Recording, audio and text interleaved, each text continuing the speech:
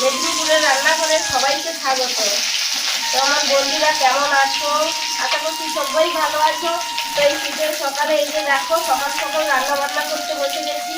এই যে দেখো আজকে একটু পরিচয় দিয়ে দিই। সবার প্রথমে এই যে হচ্ছে আমাদের রাজকন্যা, সবার প্রিয় নাম বলো সঞ্চারী মণ্ডল। আর ওইদিকে আছে আমার শাশুড়ি মা সোমা মণ্ডল। তারপরে আমি মমতা মণ্ডল। আর আমি ক্যামেরার পিছনে আছি সোমনাথ মণ্ডল। ক্যামেরাম্যানকে যে আর বাবা আছেন এখন ক্লিনিকে, বাবা ডাক্তারি করেন, সেই সূত্রে ক্লিনিকে এখন আছেন, খুবই ব্যস্ত মানুষ।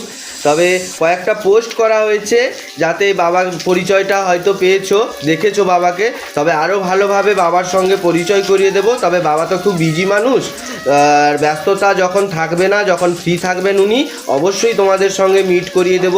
অবশ্যই তোমরা ওনার মনের কথা জানাবেন উনি, এবং পরবর্তী পদক্ষেপগুলো আমাদের কি হবে নিশ্চিত সেইভাবে আমরা এগোবো।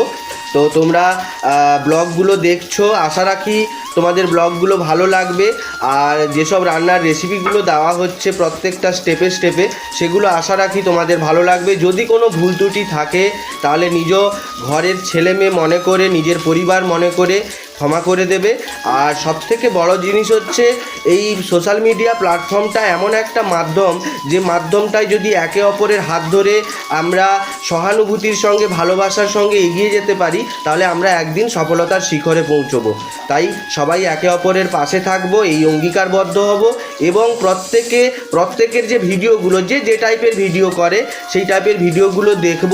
এবং এটা বলে রাখবো যে নিজের মানে কি বলবো, এমন কিছু ভিডিও তৈরি করো যেটা অপরকে কিছু শিক্ষা দেওয়া যায়, তাই না?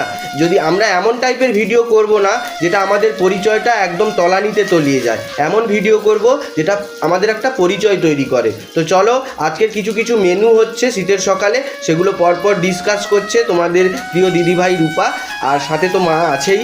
চলো শুনি পরপর।